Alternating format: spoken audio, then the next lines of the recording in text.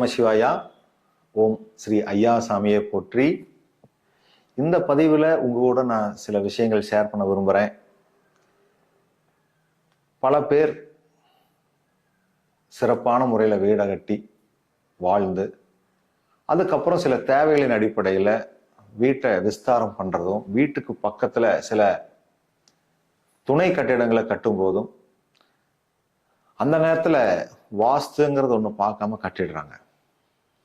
அதனால கட்டிய வீடுகளாகட்டும், கட்டிய தொழிற்சாலைகளாகட்டும், கட்டிய கமர்ஷியல் வாணிபம் விஷயங்களாகட்டும், எதா இருந்தாலுமே ஒரு கட்டடத்தை கட்டி முடிச்சு அடுத்த துணை கட்டிடங்களை கட்டும்போது, அதாவது நான் சொல்றது என்னன்னா, ஒரு 5 வருஷத்துக்கு முன்னாடி ஒரு கட்டடம் கட்டியிருப்பீங்க. அதுக்கப்புறம் உங்களுடைய தேவைகள் அதிகமாகும். அப்போ அவங்களுக்கு இப்போ வீட்டில் இருக்கிறவங்களுக்கு இன்னொரு ரூம் போடணும், எக்ஸ்ட்ரா போடணும், இல்லை ஆஃபீஸ் இன்னொன்று எக்ஸ்ட்ரா போடணும், இல்லை கார் பார்க்கிங் எக்ஸ்ட்ரா பண்ணணும். இந்த மாதிரி தேவைகளின் அடிப்படையில் நீங்கள் துணை கட்டிடங்கள் போடும்போது சரியான இடத்துல தான் அமையணுங்கிறது மனசில் வச்சுக்கோங்க.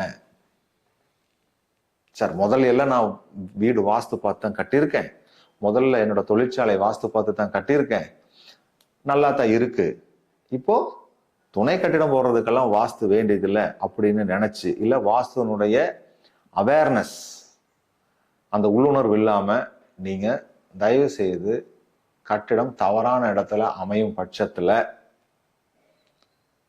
உங்களுக்கே தெரியும், சில விஷயங்கள் தடைகளாவே இருக்கும். நம்மளுக்கு திறமை இருக்கும், பேர் இருக்கும், புகழ் இருக்கும், பொருள் இருக்கும், எல்லாமே இருந்தும் சில தடைகள் இருந்துகிட்டே இருக்கும். இப்போ தடைகள் இருந்துட்டே இருக்கு அப்படின்னா கடும் முயற்சிகள் பண்றீங்க, மீண்டும் மீண்டும் அந்த விஷயங்கள் தள்ளி தள்ளி போகுது, தடைகள் ஏற்படுது அப்படின்னா நீங்க அதை கொஞ்சம் உன்னிப்பா கவனிக்கணும். அந்த நேரத்துல எங்கேயோ ஒரு சில தவறுகள் இருக்கு அப்படிங்கிறத நீங்க பார்த்துக்கணும். அதான் என்ன சொல்றேன்னா, முன்னரே கட்டிய வீட்டுக்கு பக்கத்திலேயோ தொழிற்சாலைகளுக்கு பக்கத்திலேயோ துணை கட்டிடங்கள் கட்டும் போது மறுபடியும் வாஸ்து நிபுணரை கூட்டு, எங்களுக்கு இந்த தேவை இருக்கு, அது எந்த இடத்துல கட்டலாம், அதுக்கு மறுபடியும் நீங்க வரைபடம் போடணும், அது பிரகாரம் தான் நீங்க கட்டணும். அப்போ என்ன ஆயிடும்னா, முதல்லயே கட்டிய வீடும் தொழிற்சாலையும் வாஸ்து பிரகாரம் இருக்கு, துணை கட்டிடங்களும் சரியான முறையில வாஸ்து பிரகாரம் கொண்டு வர்றோம். அப்போ என்ன ஆகும்னா, அந்த நிலை எப்பவுமே சிறந்த ஒரு அமைப்புல இருக்கும்.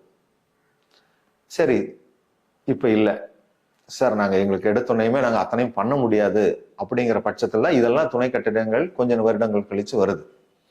அப்போ நீங்க முதல்லயே வரைபடம் இடம் எல்லாம் சூஸ் பண்ணும்போது, தேர்ந்தெடுக்கும் போது, எங்களுக்கு எதிர்காலத்துல இந்தந்த மாதிரி இடங்கள் எல்லாம் தேவைப்படும், எங்களுக்கு இந்த மாதிரி வசதிகள் எல்லாம் தேவைப்படும், அதற்கு ஏற்ப அந்த முதல்லயே அந்த டிராயிங்ல நீங்க இது இந்த இடம் கார் பார்க்கிங், இந்த இடம் அடிஷனல் பில்டிங் வரப்போகுது, அதுல என்ன பர்பஸ் கொண்டு வர போறோம் அப்படிங்கிறதுக்கு உண்டான இடத்த விட்டுட்டு வாஸ்து பலம் பொருந்திய வீட்டையோ தொழிற்சாலையோ முதல்லயே நீங்க ஏற்படுத்திக்கணும்.